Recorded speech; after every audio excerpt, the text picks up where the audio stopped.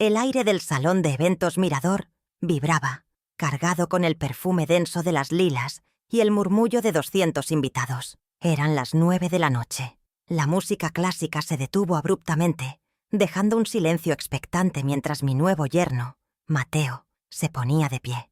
Levantó su copa de champán y la luz de los candelabros arrancó un destello de su reloj, ese Audemars Piguet, que yo sabía era una réplica de $300. Sus ojos, fríos como el hielo, me buscaron entre la multitud y se fijaron en mí, sentada en la mesa principal. Su sonrisa no era de celebración, era una mueca de poder, afilada y condescendiente. Él esperó a que cada invitado girara su rostro hacia mí. Podía sentir el roce de las sedas y el crujido de los almidones mientras 200 personas obedecían su dirección visual. Mi hija Laura, sentada a su lado, bajó la mirada, su rostro enrojeciendo bajo el velo. Mateo carraspeó, acercándose el micrófono.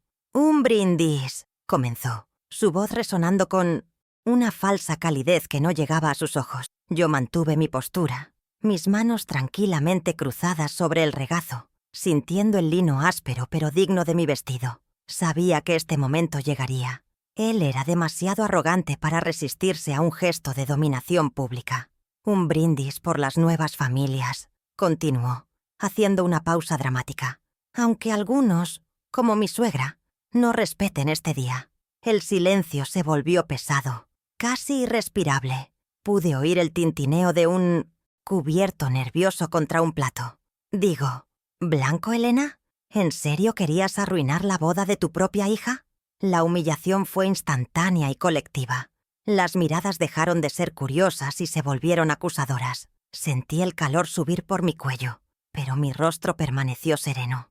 Él quería que yo reaccionara, que llorara o me defendiera con rabia.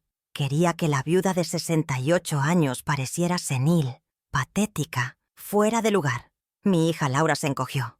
No me defendió. Su lealtad, comprada con promesas de un estilo de vida que yo nunca le había ofrecido, ahora estaba claramente del lado de él. Observé a Mateo saboreando su pequeño triunfo. Él creía que me había acorralado, que había ganado el control de la narrativa de la noche frente a sus supuestos socios y amigos. Pero la arrogancia siempre es descuidada.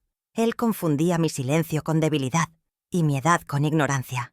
No sabía que yo, una administradora de fincas jubilada, había pasado las últimas 72 horas auditando cada centavo de esta farsa que él llamaba boda. Respiré hondo, captando el olor metálico del micrófono de la mesa principal, que estaba convenientemente cerca de mí. No levanté la voz. No necesitaba hacerlo. El silencio del salón era mi mejor aliado. Me incliné serenamente hacia el micrófono, y mi voz salió clara, firme, cortando la tensión como un bisturí. «Mateo», dije, y su sonrisa vaciló por primera vez. «Este vestido tiene 40 años de historia honesta». Hice una pausa, mirándolo directamente. «Mucho más que ese traje que llevas puesto. Y te sugiero que te sientes, porque el brindis lo daré yo». La sala contuvo el aliento. Mateo me miró fijado, su mandíbula tensa. ¿Iba a intentar arrebatarme el micrófono? ¿Iba a gritar? A mi lado sobre la mesa descansaba mi bolso de mano. Era un bolso antiguo, de cuero gastado, pero junto a él había un objeto que no encajaba con la decoración floral. Un sobre grueso de papel manila. Un sobre abultado, cerrado, con un broche metálico.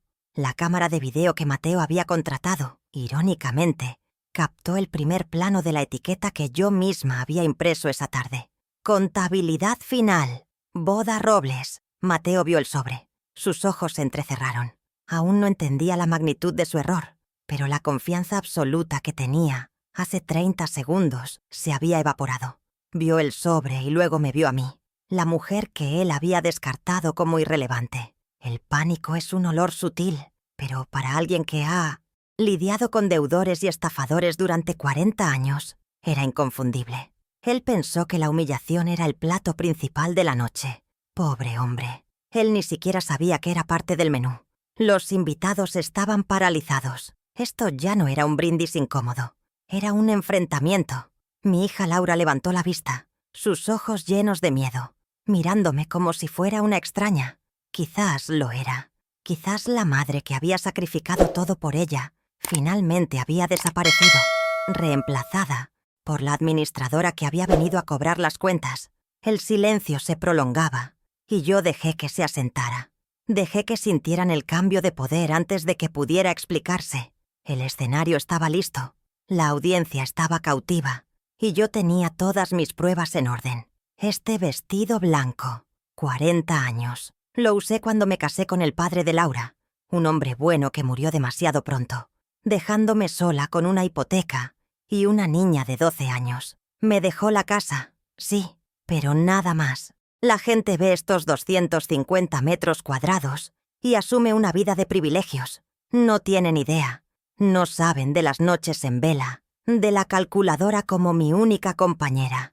Heredé paredes, pero tuve que construir un hogar y un futuro a base de números. Y los números, a diferencia de las personas, nunca mienten. Yo, Elena, con 50 años, me convertí en administradora de fincas. No era glamoroso, era implacable. Recuerdo las noches de doble turno.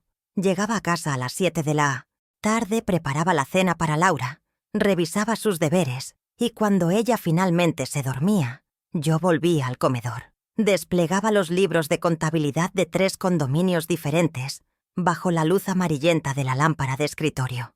Revisaba cada factura, cada recibo de mantenimiento, cada pago de nómina. Eran las 3 de la mañana y yo seguía allí, conciliando centavos mientras el resto de la ciudad dormía.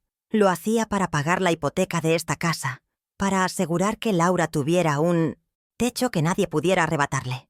Ella dormía tranquila, sin saber que su seguridad se construía con mi agotamiento. Los años pasaron y Laura creció. Quería una maestría en diseño gráfico. Era su sueño, y los sueños de los hijos son las hipotecas del corazón de los padres. Mamá, es en el extranjero. Cuesta $40,000, me dijo con la mirada baja, esperando que le dijera que era imposible. 5 años atrás, ese número era una montaña. Fui a mi banco. Liquidé casi la totalidad de mis ahorros, el fondo que había guardado meticulosamente para mi propia jubilación. Vi el saldo de mi cuenta reducirse a casi 0. Cuando hice la transferencia bancaria, mis manos temblaron, pero le sonreí. Será la mejor inversión de mi vida, le dije. Y entonces, hace 6 meses, apareció Mateo. Él, con su encanto fácil y sus startups fallidas, anunciaron su compromiso. Mi corazón se llenó de una alegría cautelosa. En la cena de celebración, ofrecí pagar la boda. Serán $50,000, hija. Es mi regalo, dije, estableciendo un presupuesto claro. Quería que fuera perfecto, mi último gran regalo como madre. Mateo de inmediato levantó la mano. «Elena, déjame ayudarte», dijo con esa sonrisa aceitosa. «Yo puedo gestionar los proveedores, conozco gente. Abramos una cuenta conjunta para la boda. Tú la fondeas y yo me encargo de los pagos para que no te estreses». Y yo, temiendo perderla, acepté. Fue mi primer error. Subestimé su ambición y sobreestimé la madurez de mi hija. Le di acceso a Laura, pero fue Mateo quien tomó el control. Empezaron a llegar los presupuestos. Cuando vi la primera factura de flores, casi me desmayo. ¿$15,000 en peonías? Le pregunté a Mateo por teléfono, mi voz temblando de incredulidad. Él se rió, una risa corta y condescendiente. «Elena, por favor», dijo, arrastrando las palabras. «Esto es normal. Es una boda moderna, no una fiesta de pueblo. No entiendes de estas cosas. Deja que yo maneje las finanzas. Para eso estoy». Me hizo sentir pequeña, ignorante. Me hizo sentir vieja. Luego vino el episodio del vestido. Había encontrado un diseño hermoso en la boutique Soler. Un vestido azul cobalto, elegante, de $2,500. Me sentía hermosa en él. Era mi armadura para el gran día. 2 semanas antes de la boda, Laura me llamó. Su voz era distante, incómoda. «Mamá, hablé con Mateo», empezó. «Dice que el vestido azul que elegiste es... bueno, es muy llamativo. Dice que parecerá que compites conmigo». Me quedé helada. «Dice que si no tienes algo bonito que ya tengas en el armario, quizás deberías buscar algo más discreto». Me hirió profundamente. No era el vestido, era el mensaje. «No brilles, no existas. Al día siguiente llamé a la boutique para confirmar mi última prueba. La asistente sonaba nerviosa. «Señora Elena», dijo, «recibimos una solicitud de cancelación de L. Robles hace una semana. El reembolso de los $2.500 ya fue procesado, pero el dinero nunca volvió a mi cuenta. Ellos, mi hija y su prometido, no solo me habían vetado, habían cancelado el vestido a mis espaldas y se habían quedado con el dinero. ¿Cómo era posible que mi propia hija permitiera que me robaran de esa manera? ¿Qué clase de influencia tenía ese hombre sobre ella? Esa noche no dormí. La humillación del vestido fue la gota que derramó el vaso. El gaslighting sobre las facturas, la condescendencia de Mateo, el silencio cómplice de Laura, todo encajó. Esto no era un malentendido, era un plan. Encendí la computadora a las 3 de la mañana. Ya que Mateo creía que yo no usaba banca online, decidí revisar la cuenta conjunta de la boda. Lo que encontré fue peor que la arrogancia. Era un saqueo metódico. Y él había sido tan descuidado, tan soberbio, que no se molestó en borrar los rastros. Creyó que la anciana de 68 años nunca miraría. Vi la transferencia al catering. Vi los pagos a empresas que no reconocía.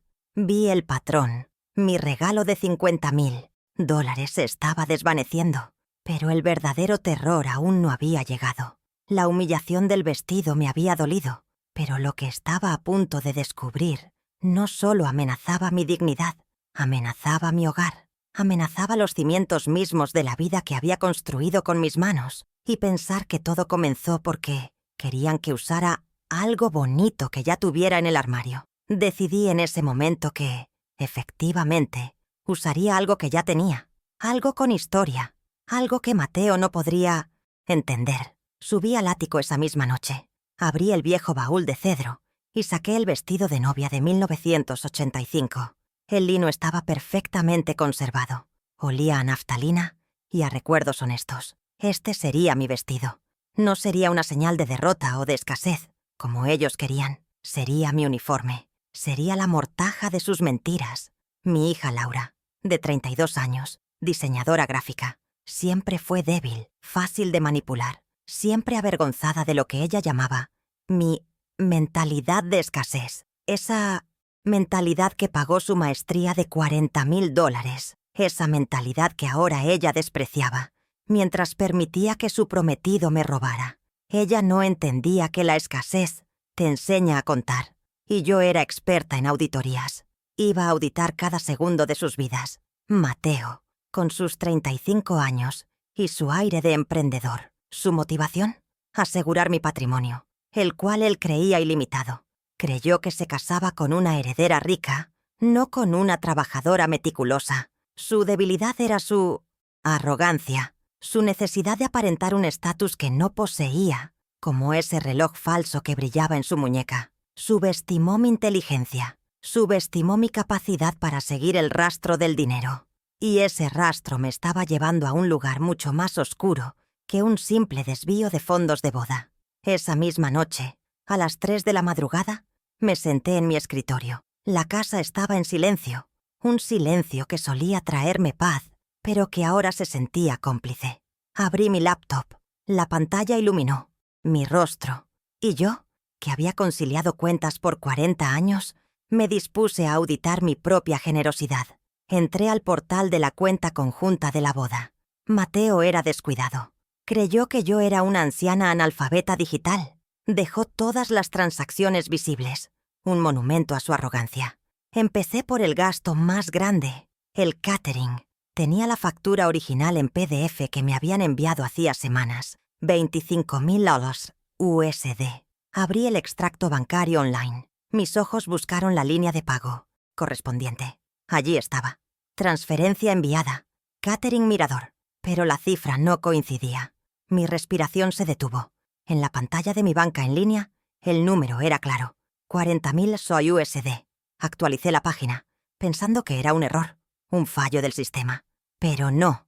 La transferencia de $40.000 había sido debitada y confirmada. La factura del proveedor decía 25.000. Faltaban $15.000. $15.000 que se habían esfumado entre el presupuesto y el pago. No era un error tipográfico. Era un robo. Mis manos se enfriaron. $15,000 USD, solo en la comida. Recorrí el resto de los pagos. Había docenas de transferencias más pequeñas, todas con nombres de empresas que sonaban grandilocuentes. Ambientación real. Logística premium. Los números bailaban frente a mis ojos, pero mi mente estaba calculadora. Esto no era una mala administración, como él había querido hacerme creer con su risa condescendiente sobre las flores. Esto era un saqueo, sistemático y deliberado. Él había inflado la factura más grande, asumiendo que yo nunca compararía el presupuesto original con el débito real. Se había embolsado la diferencia limpiamente. El frío en mi estómago se convirtió en una especie de claridad gélida. Me levanté y caminé hacia la cocina por un vaso de agua. La adrenalina era más potente que cualquier café. Miré por la ventana la oscuridad de mi jardín, el mismo jardín que mi esposo y yo habíamos plantado. Mateo no solo me estaba robando dinero, estaba profanando el legado que yo había protegido con tanto esfuerzo. Cada dólar que él robaba era una noche de doble turno que yo había trabajado, un ahorro que yo había sacrificado. Él pensó que estaba robando a una viuda rica. Estaba robando mi tiempo de vida. Regresé al escritorio. ¿Y Laura? ¿Mi hija? Ella tenía acceso a esta cuenta.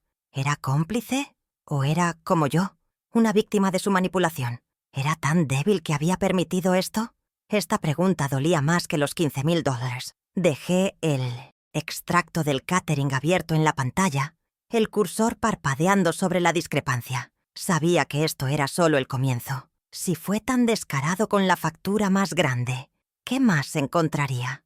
La humillación del vestido volvió a mi mente, pero ahora tenía un matiz diferente. Ya no era un insulto personal, era una táctica de distracción. A la mañana siguiente, 5 días antes de la boda, llamé a la boutique Soler. Mi voz era tranquila, fingiendo la confusión de una mujer mayor. «Buenos días. Habla Elena Robles», dije al asistente. «Estoy un poco confundida con mi pedido. El vestido azul cobalto.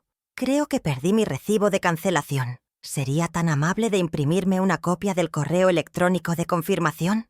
La asistente, ansiosa por ayudar, me dijo que podía pasar por él esa misma tarde. Fue mi primera salida pública como investigadora.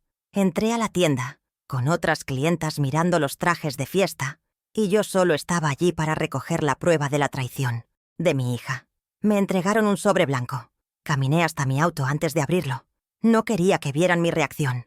Me senté en el asiento del conductor y saqué el papel. Era una impresión del correo electrónico. Asunto: confirmación de cancelación. Pedido 881-D. Leí las palabras.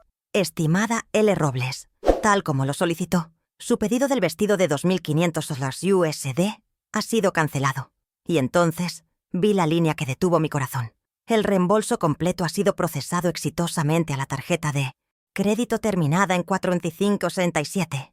Yo no tenía ninguna tarjeta terminada en 4567, pero sabía quién sí la tenía. Era la tarjeta personal de Mateo. El aire en el auto se sintió espeso, irrespirable. No fue un olvido. No fue una sugerencia de Laura para no opacarla. Fue un robo calculado. Cancelaron mi vestido. Me humillaron por teléfono.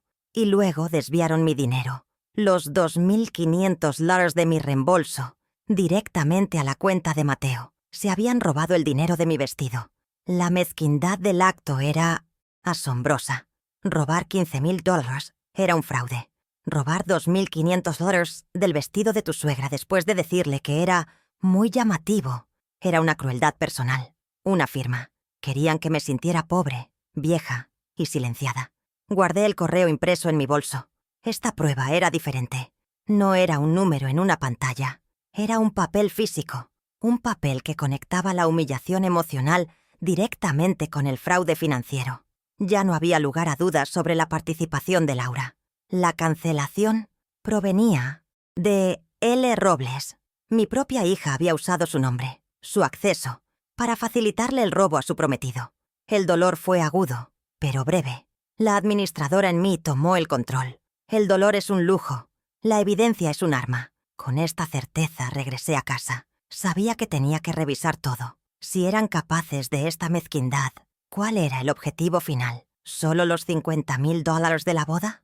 Parecía demasiado esfuerzo para tan poco, para un estafador de la arrogancia de Mateo. Él se creía un genio, financiero, no un simple ladrón de bodas. Mi intuición me decía que los $50,000 eran solo la carnada, o quizás una prueba para medir mi complacencia.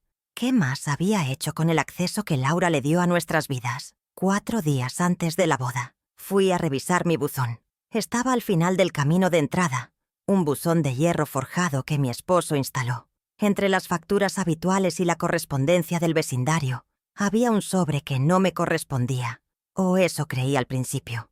Era de Banco Capital, una institución con la que yo no tenía tratos. Estaba dirigido a Mateo, pero estaba en mi buzón. ¿Por qué su correspondencia bancaria llegaría a mi casa? El cartero debió haberse confundido por el apellido Robles en el buzón. Un error afortunado. O quizás una señal. Mi corazón dio un vuelco. Legalmente no podía abrir el correo de otra persona, pero moralmente, después de descubrir el robo del vestido, sentí que tenía la obligación de hacerlo. Lo llevé adentro. Lo dejé en la mesa de la cocina. Lo miré durante 10 minutos. El logo del Banco Capital era dorado y pretencioso. ¿Qué negocio tendría Mateo con ellos? Decidí que el descubrimiento de un posible fraude mayor superaba la etiqueta postal. Con un abrecartas, rompí el sello. Mis manos temblaban ligeramente. No esperaba lo que encontré dentro. Era una carta de preaprobación. Estimado señor Mateo Herrera, nos complace informarle que su solicitud de préstamo personal por la suma de $100,000 USD ha sido preaprobada. $100,000. ¿Para qué necesitaba tanto dinero con tanta urgencia? Seguí leyendo, buscando la fuente de pago, la garantía, y entonces la vi. La sangre se drenó de mi rostro. Sujeto a la verificación final de la garantía hipotecaria sobre la propiedad ubicada en calle Los Fresnos, 123. Esa era mi dirección. Era mi casa. Dejé caer la carta sobre la mesa. El papel se deslizó y se detuvo junto al salero. $100,000. Usando mi casa de 250 metros cuadrados como garantía colateral. La casa que pagué con 40 años de trabajo. La casa de Laura. Él no solo estaba robando el dinero de la boda, estaba intentando hipotecar mi hogar a mis espaldas. Había usado los datos de mi propiedad, seguramente obtenidos del computador de Laura, donde guardaba copias digitales de mis escrituras y mis impuestos. Él había cruzado la línea final. Esto ya no era un robo, era una declaración de guerra. Mis manos temblorosas tomaron un marcador resaltador. Subrayé mi dirección en el documento. Calle Los Fresnos, 123. Subrayé la cifra. $100,000. Esta era la prueba 3, la prueba definitiva de su intención. Él no quería mi dinero. Lo quería todo. Quería mi casa, mi seguridad, mi futuro. Quería dejarme en la calle. La humillación del vestido. Los $15,000 del catering. Todo era una cortina de humo para este golpe maestro. Querían dejarme sin nada. Y mi hija era la llave que él estaba usando para abrir mi caja fuerte. La rabia que sentí fue fría y precisa. No había espacio para el llanto. Había espacio para la acción. Tomé la carta y la guardé junto al correo de la boutique. $100,000. Ahora los $50,000 de la boda parecían insignificantes, pero sabía que todo estaba conectado. El fraude de la boda era el acto de apertura y el préstamo era el acto final. Pero ¿cómo probaría el fraude de la boda de manera irrefutable? Necesitaba algo más que la discrepancia del catering. Necesitaba una prueba de que él había creado gastos de la nada. Volví a la computadora. 2 días antes de la boda. Filtré los pagos por montos altos. Allí había uno. $8,000 USD. $8,000 a una empresa llamada Iluminación de Lujo S.A. Recordaba vagamente a Mateo mencionando unas luces especiales para el jardín. La factura adjunta tenía un número de identificación fiscal, RUT ID, y una dirección física, calle Norte 45. Decidí que era hora de hacer una visita de campo. Ya no era solo una auditora, era una detective. Tomé las llaves de mi auto. No me cambié de ropa. Conduje durante 20 minutos hasta la dirección indicada, calle Norte 45.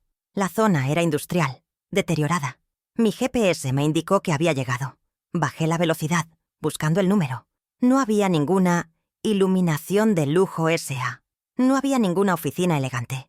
En su lugar, había una gasolinera abandonada. Los surtidores estaban oxidados, las ventanas tapiadas y la maleza crecía entre las grietas del pavimento. Era una dirección fantasma. Me estacioné frente a la estructura en 1910. Ruinas, el motor de mi auto zumbando en el silencio. Saqué mi teléfono. El corazón me latía con fuerza, pero mis manos estaban firmes. Marqué el número de teléfono que aparecía en la factura de $8,000. Mientras sonaba, activé la grabadora de voz de mi teléfono, una función que aprendí a usar para registrar acuerdos verbales con contratistas. Sabía que la llamada era en mi propio teléfono, así que era mi registro. El teléfono sonó 1, 2, 3 veces, y luego un tono agudo y un mensaje grabado. El número que usted marcó no existe. Colgué. Miré la gasolinera abandonada, y luego la pantalla de mi teléfono mostrando número no existe. $8,000 pagados a un número de teléfono desconectado y a una dirección falsa. Esto era irrefutable. Habían creado una empresa fantasma para robarme. No era una factura inflada, era una factura inventada. Esta era la prueba 4, la prueba del método, la prueba de la premeditación absoluta. Regresé a casa y me senté en mi escritorio. Abrí el registro de comercio en línea. Introduje el root ID que aparecía en la factura de iluminación de lujo. El resultado apareció en segundos. El número de identificación fiscal no pertenecía a ninguna empresa de iluminación. Pertenecía, oficialmente, a Servicios de Combustible del Norte, una empresa registrada en la misma dirección de la gasolinera abandonada y que había cesado operaciones en 2015. Habían usado los datos de una empresa muerta para crear una factura falsa. El rompecabezas estaba completo. Tenía la discrepancia de $15,000 del catering. Tenía el correo del robo de $2,500 del vestido, desviado a la tarjeta de Mateo. Tenía la prueba de la empresa fantasma de $8,000. Y lo más importante, tenía la carta de preaprobación del préstamo fraudulento de $100,000 contra mi casa. Tenía el cómo, el dónde y el cuánto. Tenía todas las piezas. Apagué la computadora. La casa seguía en silencio, pero ya no era un silencio opresivo. Era la calma antes de la tormenta. Miré el reloj. Faltaban menos de 48 horas para la boda. Mateo y Laura estaban probablemente en su cena de ensayo, riendo, brindando por su futuro. El futuro que planeaban construir sobre mis ruinas, pero ellos habían cometido un error fatal. Me habían dado tiempo, me habían subestimado y, sobre todo, me habían humillado en público por un vestido. Ellos querían un espectáculo, querían que 200 invitados me vieran como una anciana patética en un vestido anticuado. No sabía en ese momento que Mateo sería tan estúpido como para mencionarlo en el micrófono. Pero sí sabía una cosa. Yo tenía mis pruebas, tenía mis 4 pilares de la verdad, y ya que ellos habían preparado un escenario tan costoso, financiado con mi dinero, yo no iba a desperdiciarlo. La recepción de la boda no sería su celebración, sería mi auditoría final, sería el día del juicio. El lunes, 5 días antes de la boda, a las 10 de la mañana, estaba sentada en la oficina de la doctora Salas. No era una visita social, era una consulta estratégica. Su oficina olía a cuero y a café fuerte. Puse sobre su escritorio de caoba la carta del Banco Capital. Al lado coloqué la impresión del extracto del catering. No lloré, no levanté la voz, simplemente señalé las cifras. Préstamo fraudulento por $100,000, usando mi propiedad como garantía. Desvío de $15,000 en el catering. Y esto, añadí, sacando el correo de la boutique. Robo de $2,500 de un reembolso. Quería confirmar los conceptos, la terminología legal precisa.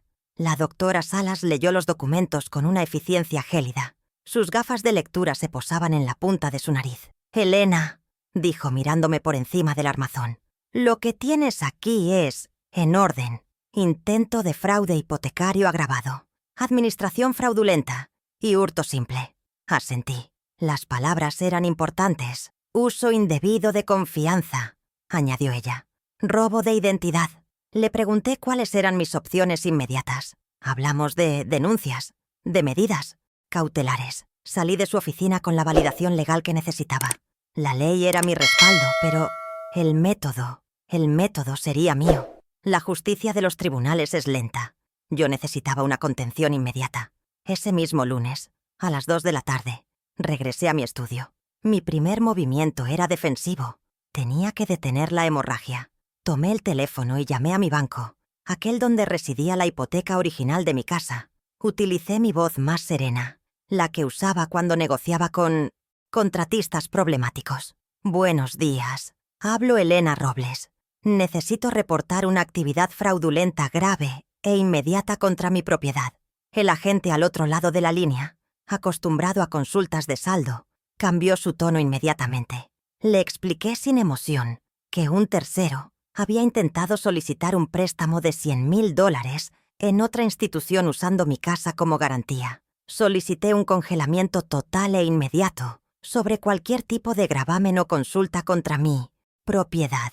El agente me aseguró que se colocaría una alerta de fraude de alta prioridad y que ninguna transacción hipotecaria podría realizarse sin mi presencia física y múltiples formas de identificación. Sentí un pequeño alivio, como si hubiera puesto el primer cerrojo. Mi casa, mis 250 metros cuadrados de historia, estaba momentáneamente a salvo de ellos. Era una pequeña barrera, pero crucial. Había asegurado el perímetro principal. Ahora tenía que ocuparme del segundo banco, el de los agresores. La llamada al Banco Capital fue diferente.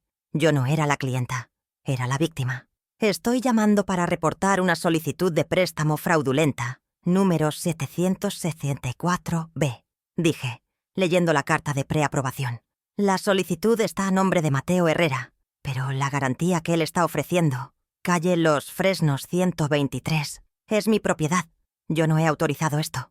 Hubo un silencio, luego el sonido rápido de un teclado. La operadora me transfirió a un supervisor de fraudes. Tuve que repetir la historia. Les di el número de la solicitud. Escuché la alarma en la voz del supervisor. Me confirmó que la solicitud sería congelada inmediatamente y marcada para investigación interna. La arteria de los $100,000 estaba pinzada. Con el frente patrimonial asegurado, pasé al frente financiero. El martes por la mañana llamé a mi vecino, Arturo, 70 años, contador jubilado, y la mente más aguda para los números que yo conocía. Arturo, buenos días. Tengo unos libros de cuentas que necesito que mires. Huelen mal. Vino a mi cocina esa tarde. Le serví café y le extendí mis impresiones. Los 50,000 iniciales, la lista de pagos de Mateo, mis extractos bancarios y las facturas que había logrado recopilar. No dije nada. Dejé que él y su vieja calculadora trabajaran. Arturo pasó una hora en silencio, solo interrumpiendo para pedir un lápiz más afilado. Sus cejas se fruncían. Finalmente se reclinó en la silla y se quitó sus gafas de visera verde. Me miró fijamente. «Elena», dijo, su voz grave, «esto no es inflación. Esto no es una mala gestión de un novato». Golpeó suavemente la factura de $40,000 del catering. «Esto es fraude. Descarado y simple». Su validación era el testimonio externo que yo necesitaba.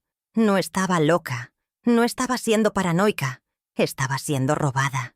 Le agradecí. Ahora tenía un aliado, un testigo de mi cordura. El miércoles por la tarde, ya tenía el correo impreso de la boutique, prueba 2, y la carta del banco, prueba 3, guardadas en una carpeta. Tenía la auditoría verbal de Arturo. Tenía el perímetro de mi casa asegurado. Pero la humillación personal del vestido azul cancelado, los 2.500 robados, seguía resonando. Ellos querían silenciarme estéticamente, hacerme invisible, relegarme a algo bonito del armario. Y yo decidí que les daría exactamente eso. Pero sería mi elección, sería mi símbolo. El jueves, justo al mediodía, subí al ático. Hacía calor allí arriba. El aire estaba quieto, cargado con el olor a polvo, cedro y naftalina. Fui directamente al baúl de cedro que no había abierto en casi una década. La tapa era pesada. Dentro, envuelto en papel de seda azul pálido, estaba mi vestido de novia, el que usé en 1985 para casarme con el padre de Laura. Lo saqué. El lino color marfil estaba perfectamente conservado. Era simple, de manga larga, elegante en su honestidad. 40 años de historia intacta. Sostuve el vestido contra mi cuerpo. Ellos querían que me avergonzara de mi edad, de mi mentalidad de escasez. Querían que me sintiera inapropiada. Este vestido era todo lo contrario. Era la prueba de mi historia, de mi legitimidad. Era mi armadura. Decidí en ese instante que ese sería mi vestido para la boda. No era una provocación, era una declaración de hechos. Ellos habían elegido el escenario, pero yo elegiría el vestuario. Y mi vestuario contaría la verdad antes de que yo abriera la boca. El viernes lo dediqué a repasar mi plan. No contacté a Laura. ¿Qué podía decirle? ¿Sabías que tu prometido intenta robarme la casa? ¿O disfrutaste los $2.500 de mi vestido? El silencio era mi mejor herramienta. Dejé que se sintieran seguros en su engaño. Dejé que pensaran que yo era la viuda dócil y confundida, que se tragaría la humillación del vestido azul cancelado. La arrogancia de Mateo era mi mayor activo. Él necesitaría presumir, necesitaría demostrar públicamente que él era el nuevo jefe de la familia.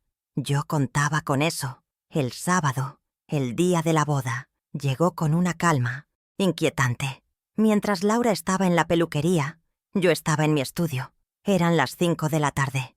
Tenía 2 horas antes de tener que irme al salón. Mi escritorio estaba ordenado. Sobre él, una impresora y varias resmas de papel. Comencé el ritual final. Imprimí todo. El extracto bancario mostrando la transferencia de $40.000 y junto a él, la factura del catering por $25.000. Usé un resaltador amarillo para marcar ambas cifras. Imprimí el correo electrónico de la Boutique Soler, resaltando la línea. Reembolso procesado a la tarjeta terminada en 447. Imprimí la captura de pantalla de la búsqueda del Root ID de la empresa de iluminación, mostrando que era una gasolinera cerrada. Imprimí la foto que tomé de la gasolinera abandonada. Y finalmente, imprimí una copia nítida de la carta de preaprobación del Banco Capital. Resalté mi dirección y la cifra, $100.000. Cada página era una prueba tangible, visual, fácil de entender para una audiencia. Apilé los documentos en millas ciences. Orden de impacto. Primero, el robo pequeño y personal, el vestido. Segundo, el fraude metódico, el catering y la empresa fantasma. Tercero, el golpe final, el intento de robo de mi casa. Coloqué la pila de papeles dentro del sobre de papel manila grueso que había comprado esa mañana. Un sobre sin adornos, oficial. Cerré el broche metálico. Se sentía pesado en mis manos. Era el peso de la traición. Miré el sobre. Escribí en la etiqueta con un marcador negro grueso. Contabilidad final. Boda. Robles. Era perfecto. Mateo y Laura habían planeado una boda. Habían planeado una fiesta para celebrar su supuesta felicidad, financiada con mi dinero robado. No sabían que yo había planeado algo también. La boda sería una farsa, como bien decía mi plan. Pero el banquete sería un tribunal, y yo llegaría con todas las pruebas. Tomé mi antiguo bolso de mano y el sobre manila. Me miré en el espejo del recibidor. El vestido de 1985 me quedaba perfectamente. Irradiaba una dignidad que ningún vestido de $2.500 podría comprar. Yo no era una víctima yendo a una humillación. Era una administradora yendo a una auditoría. Estaba tranquila, estaba lista. El plan silencioso estaba completo. Ahora solo necesitaba que mi antagonista actuara exactamente como yo esperaba que lo hiciera, con arrogancia. Mateo no me decepcionaría. Sabía que él vería mi vestido blanco y no podría resistir la oportunidad de humillarme públicamente. Era demasiado narcisista para no hacerlo. Él mismo encendería el reflector bajo el cual yo presentaría mis pruebas. Él pensaba que la noche era sobre él y mi hija. ¡Qué equivocado estaba! La noche era sobre el balance de cuentas. Era sobre la diferencia entre el debe y el haber. Cuando salí de casa, el aire de la tarde era fresco. Conduje yo misma hasta el salón mirador. No sentía nervios, solo una claridad absoluta. Cada paso que había dado esa semana, la abogada, los bancos, Arturo, el ático, la impresora, me había llevado a este momento. Ellos habían encendido el fuego, pero yo había pasado la última semana construyendo el cortafuegos y preparando el extintor. y el extintor estaba en ese sobre Manila. Mientras estacionaba mi auto, vi a los invitados entrar. Hombres con trajes caros, mujeres con joyas brillantes. La platea de Mateo, socios potenciales, amigos que quería impresionar. Mejor, una audiencia más grande solo haría que la lección fuera más memorable. Apagué el motor, respiré hondo. El plan estaba en marcha. La fase silenciosa había terminado. Ahora comenzaba la fase pública. Pensé en Laura, mi hija, la debilidad en mi armadura. Pero incluso ese pensamiento no me detuvo. El plan también era para ella. Ella necesitaba ver la verdad, no solo escucharla. Necesitaba verla desplegarse bajo las luces caras que Mateo había comprado con dinero fantasma. A veces, el amor no es proteger a tus hijos de la verdad, es asegurarte de que la enfrenten de lleno, sin importar cuán doloroso sea el impacto. La boutique Soler olía a lavanda y a dinero nuevo. Entré un martes por la tarde, 4 días antes de la boda. El suelo era de mármol blanco y varias clientas, mujeres de la edad de Laura, pero con un aire de ocio pulido, se probaban vestidos de seda que costaban más que mi salario mensual de administradora. Me sentí observada. Mi ropa era simple, funcional. Yo no pertenecía a ese mundo de lujo casual, y ellas lo sabían. Esta era mi primera escena pública, un ensayo antes del gran evento. Mantuve la cabeza alta y me acerqué al mostrador de recepción, una estructura de laca blanca brillante. La asistente, una joven impecable, me miró con una sonrisa profesional que no llegaba a sus ojos. «Buenos días. Habla Elena Robles», dije, mi voz sonando tranquila, casi frágil. Puse en práctica la actuación que había ensayado. «Estoy un poco confundida con mi pedido, el del vestido azul cobalto. Usted sabe, a mi edad», sonreí, como si fuera una anciana despistada. «Creo que perdí mi recibo de cancelación y lo necesito para mis archivos. ¿Sería usted tan amable de imprimirme una copia del correo electrónico de confirmación que les envié? ¿O el que me enviaron a mí? Ya no recuerdo». La asistente parpadeó, ligeramente impaciente por tener que lidiar con un asunto administrativo en lugar de una venta. «¿Robles, Elena?», preguntó tecleando. Asentí. «Sí, querida. A nombre de mi hija, Laura Robles. Ella me ayudó a gestionarlo». La asistente asintió, su rostro iluminado por el monitor. «Ah, sí, aquí está. Cancelación procesada el día 12. Un momento, por favor, iré a la oficina a imprimir la confirmación para usted». Se deslizó por una puerta trasera, dejándome sola en el salón principal, bajo la mirada pasiva de las otras clientas. Pude sentir su juicio. La viuda en ropa sencilla, confundida por una cancelación.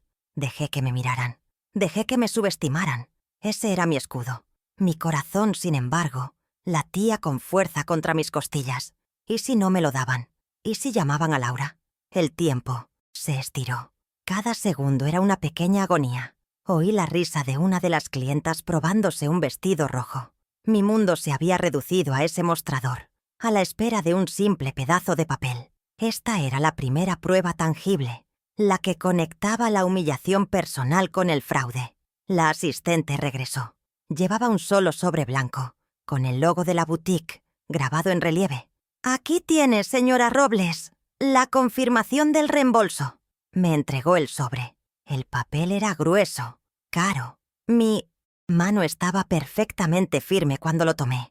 «Muchísimas gracias. Es usted muy amable». Esta fue mi pequeña victoria. Una victoria silenciosa, en territorio enemigo. Salí de la boutique y el sol de la tarde me golpeó con fuerza, haciéndome entrecerrar los ojos. El aire de la calle se sentía más real. No abrí el sobre en la acera. Mantuve mi paso tranquilo, sereno, hasta que llegué a mi auto, estacionado a 2 cuadras de distancia. Abrí la puerta, me senté en el asiento del conductor y cerré la puerta. El silencio del vehículo fue un alivio. Por un momento solo sostuve el sobre. Era la primera pieza de mi arsenal, la primera confirmación de que no estaba imaginando cosas. Con un dedo rompí el sello, saqué la hoja doblada. Era la impresión del correo electrónico. Mis ojos escanearon el texto, saltándose el saludo cordial. Busqué las líneas clave. Las encontré casi de inmediato. Tal como lo solicitó L. Robles, su pedido ha sido cancelado. L. Robles, mi hija. Mi hija había hecho la llamada. Había escrito el correo. La traición era explícita. Y luego, la línea final. La que había ido a buscar. La que cambiaría la dinámica de todo. El reembolso completo de 2.500 liras USD ha sido procesado exitosamente a la tarjeta de crédito terminada en 4567. Mis ojos se cerraron.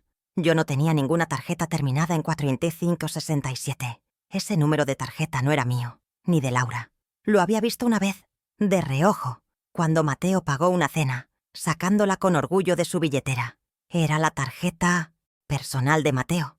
No solo habían cancelado mi vestido, habían robado el reembolso. Me habían robado 2 veces. La dinámica había cambiado irreversiblemente. Ya no era una suegra herida, era una víctima de un crimen financiero probado.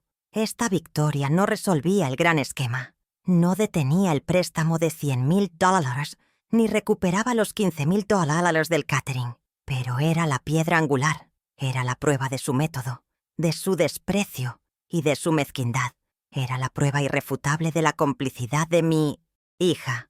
Guardé el papel en mi bolso. Este pedazo de papel, obtenido en una tienda de lujo donde me miraban con lástima, sería la primera bomba que detonaría en su fiesta.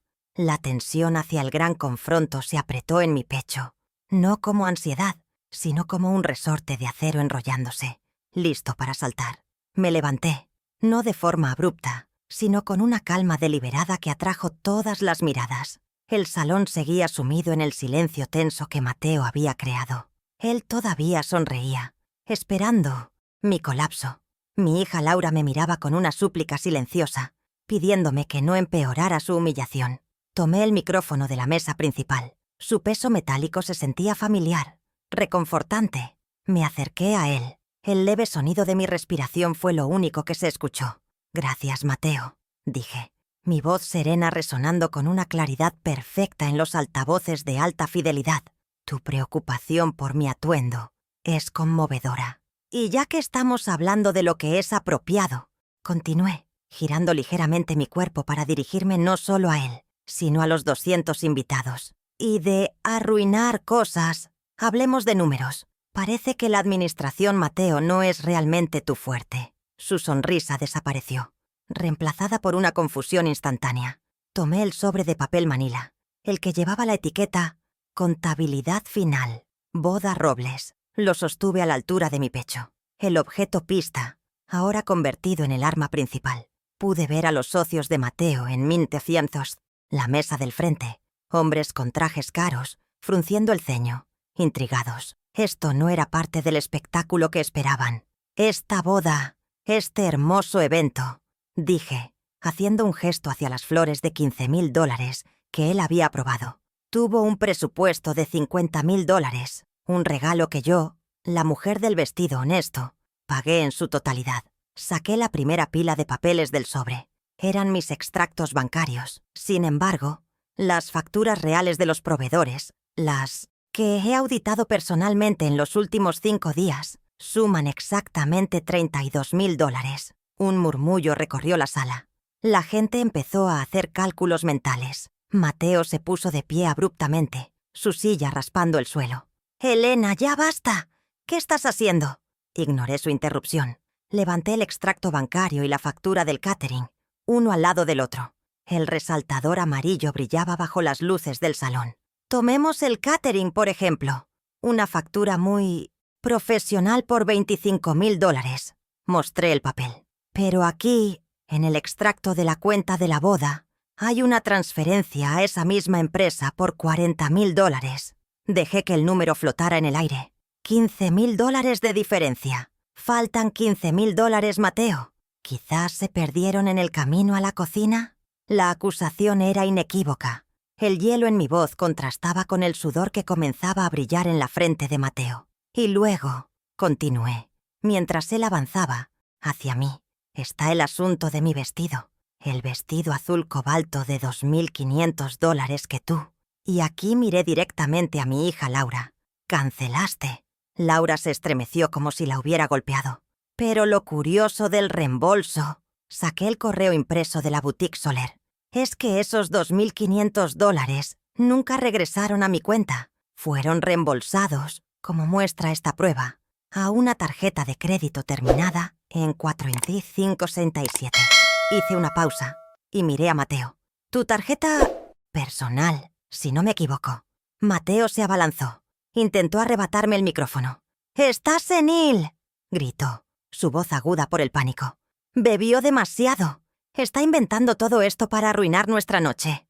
Pero yo sujeté el micrófono con firmeza. Su mano solo logró golpear la mía, creando un ruido sordo en los altavoces. «No estoy senil, Mateo», respondí, mi voz bajando un tono, volviéndose más cortante. «Y no he bebido una gota».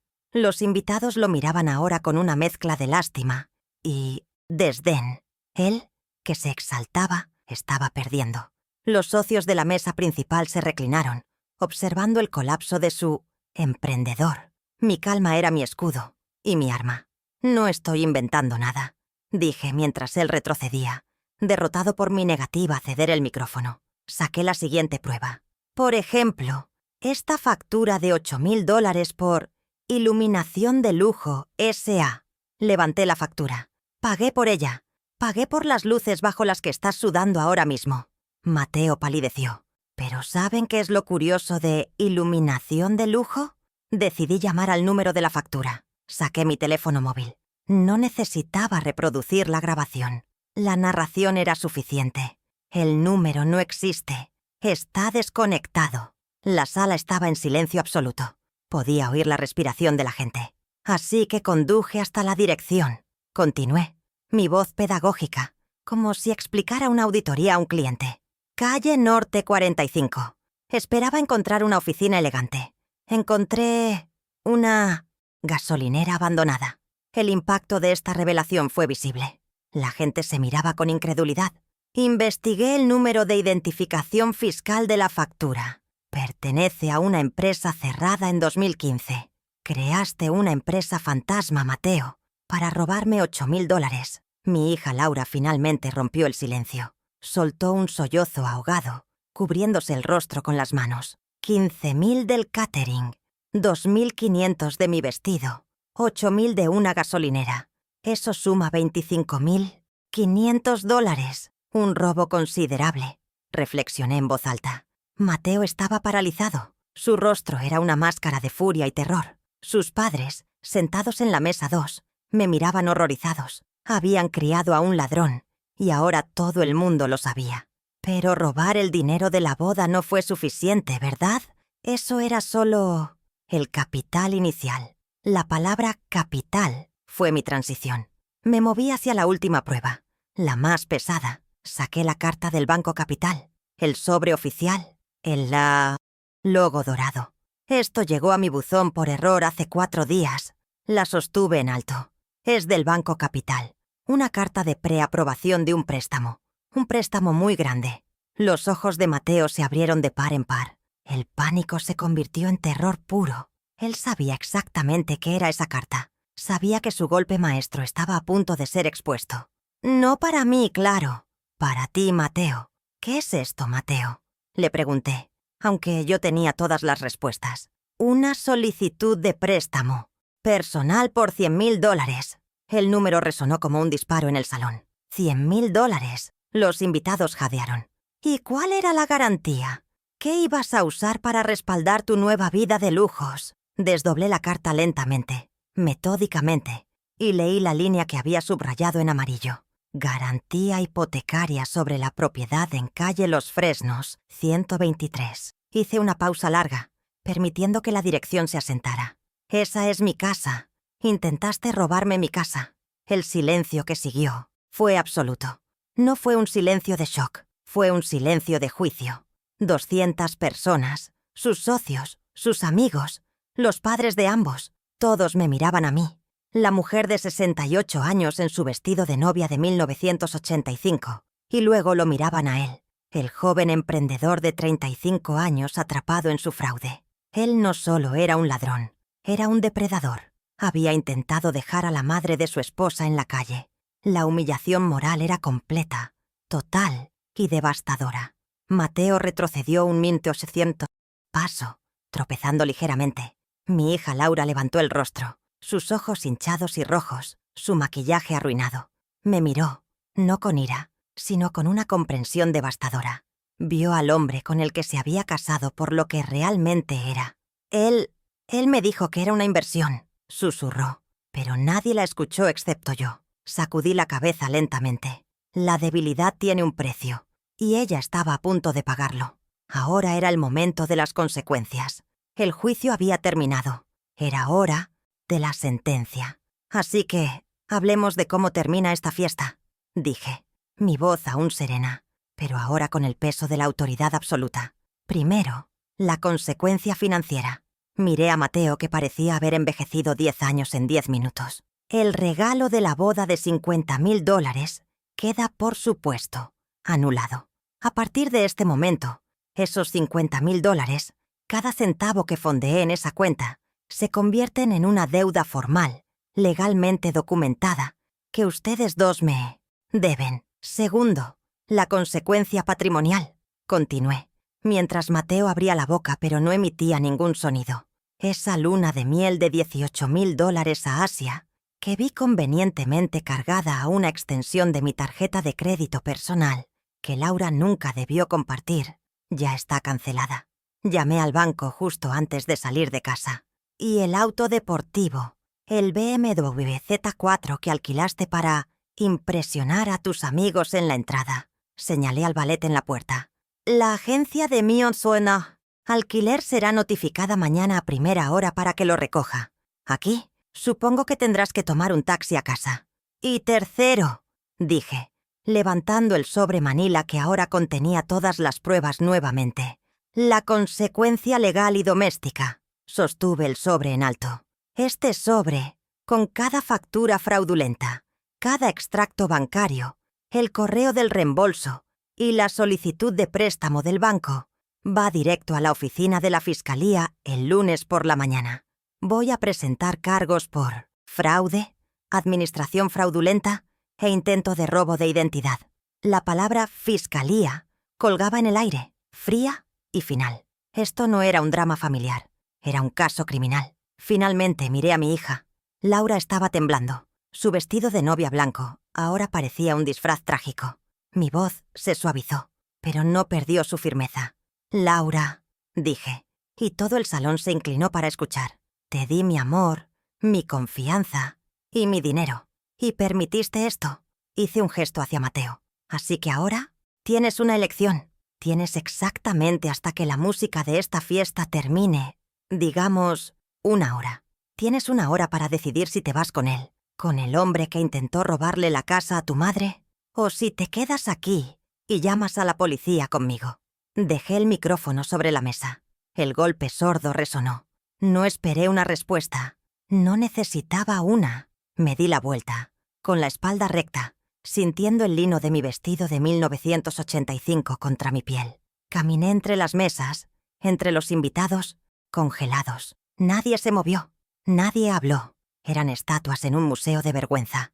Me dirigí hacia la salida, no como alguien que huye, sino como alguien que ha terminado su trabajo. La administradora había cerrado los libros. La cuenta estaba saldada. Mientras caminaba, oí el primer sonido. Mateo. «Laura, Laura, vámonos. Está loca», gritaba, su voz rompiéndose. «Nos vamos de aquí». Su fachada de emprendedor exitoso se había desintegrado, revelando al niño asustado y culpable que era.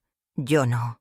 Miré hacia atrás. Seguí caminando. Podía sentir el cambio de poder en el aire. Ya no era la suegra humillada. Era la única persona en esa sala con verdadera solvencia. Al llegar a la gran puerta doble del salón mirador, el gerente del evento, un hombre pálido, me abrió la puerta rápidamente, sin atreverse a mirarme a los ojos. Salí al aire fresco de la noche. El sonido de los grillos era un alivio bienvenido después del silencio sofocante del salón. Había detonado la bomba. Había expuesto la verdad.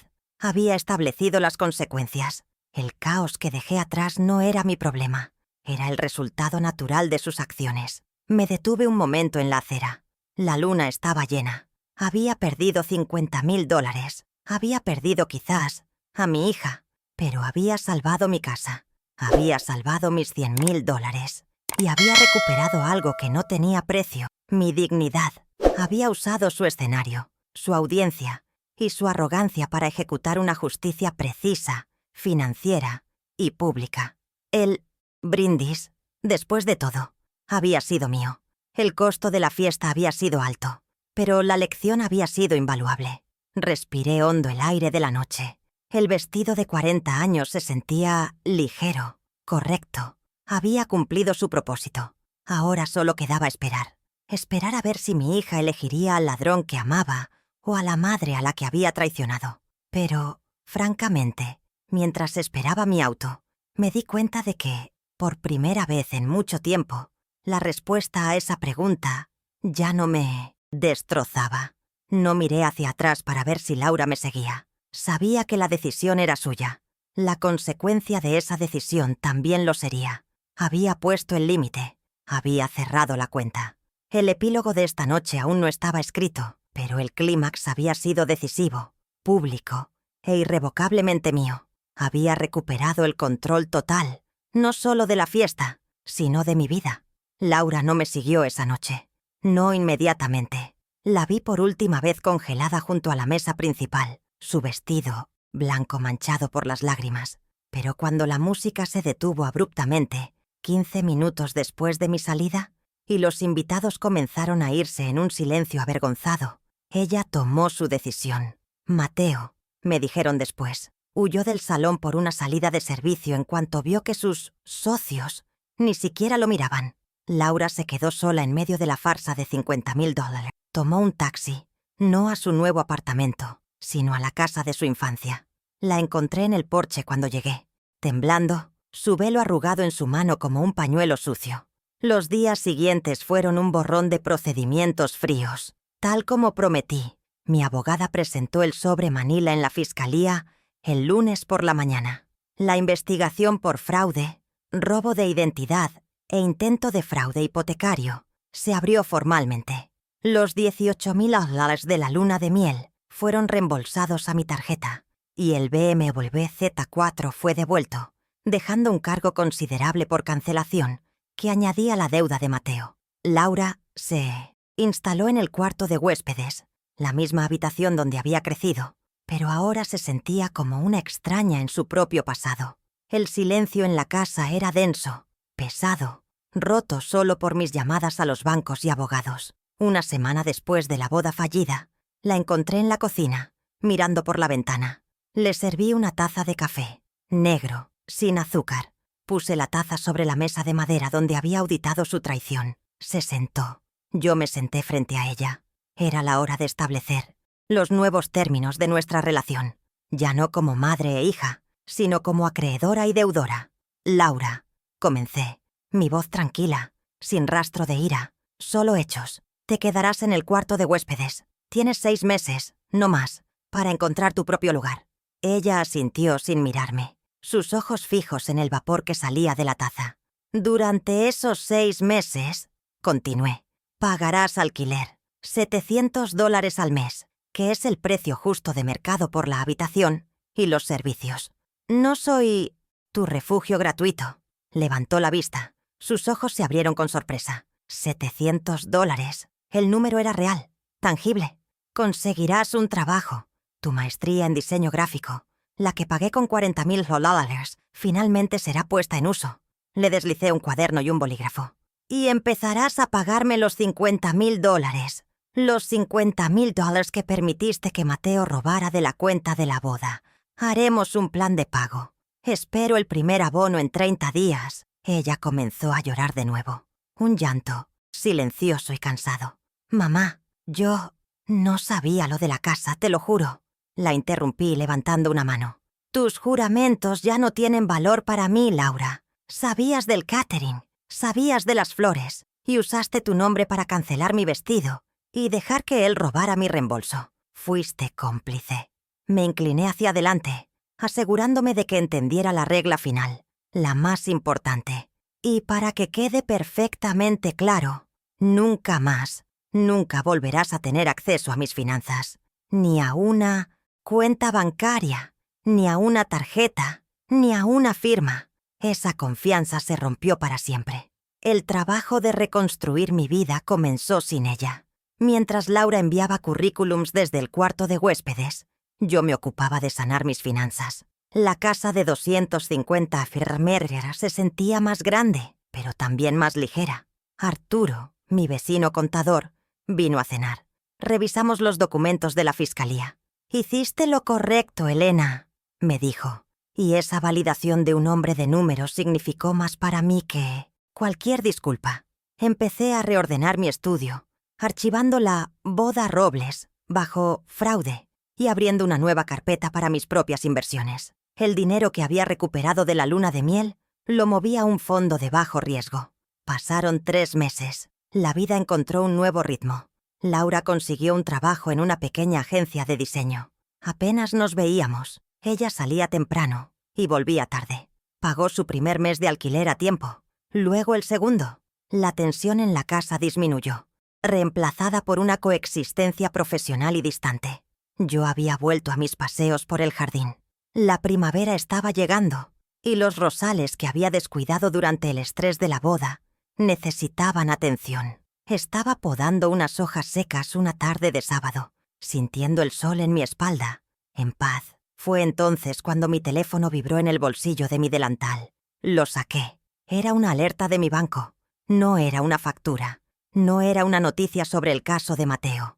Era una notificación, simple, digital y clara. Transferencia recibida. Laura Robles, 1.500. Era el primer pago. $1.500. Una gota en el océano de los $50.000. Pero era un comienzo. Era la primera vez en un año que ella me daba algo, en lugar de tomarlo o permitir que me lo quitaran. Miré el número por un largo momento. No sentí alegría, ni perdón. Sentí equilibrio. Cerré el teléfono y lo guardé. Terminé de podar la rosa. Entré a la casa, me lavé las manos y subí a mi habitación. Fui a mi armario, un armario que ahora se sentía completamente mío. En el estante superior había una caja nueva, blanca y elegante, con el logo de la boutique Soler. La había comprado la semana anterior, usando el dinero del reembolso recuperado del vestido azul. Abrí la caja. Allí estaba, el vestido azul cobalto de $2.500. Mi vestido. Lo saqué de la caja. La seda era fresca y suave al tacto. Era el vestido que había elegido para celebrar, antes de que todo se corrompiera. Me quité la ropa de jardinería y me puse el vestido azul. Me quedaba perfectamente. No era demasiado llamativo. Era exacto. Era el color de la autoridad y la calma. Me miré en el espejo. La mujer que me devolvía la mirada no era una víctima. No era una suegra amargada. Era Elena Robles, administradora, dueña de su casa y de sus decisiones. Cogí mi bolso. No el viejo bolso de cuero, sino uno nuevo que combinaba con el vestido. Bajé las escaleras. Laura estaba en la sala, trabajando en su laptop. Levantó la vista cuando pasé. Vio el vestido azul. Sus ojos se abrieron, reconociéndolo. Vio el color, la tela, el precio. Entendió exactamente lo que significaba. Que yo ya no necesitaba su permiso, ni el de nadie, para brillar. Que me había comprado a mí misma lo que ellos me habían robado. Ella bajó la mirada, de vuelta a su trabajo. Salí de casa y conduje hasta el mejor restaurante de la ciudad. Hice una reservación para una persona. Me senté en una mesa junto a la ventana y pedí una copa del vino más caro. Comí sola, saboreando cada bocado, rodeada por el murmullo de otras personas que celebraban sus propias vidas. Le di a mi hija todo mi amor, pero nunca debí haberle dado mi confianza ciega. El respeto, como la solvencia, se construye cada día.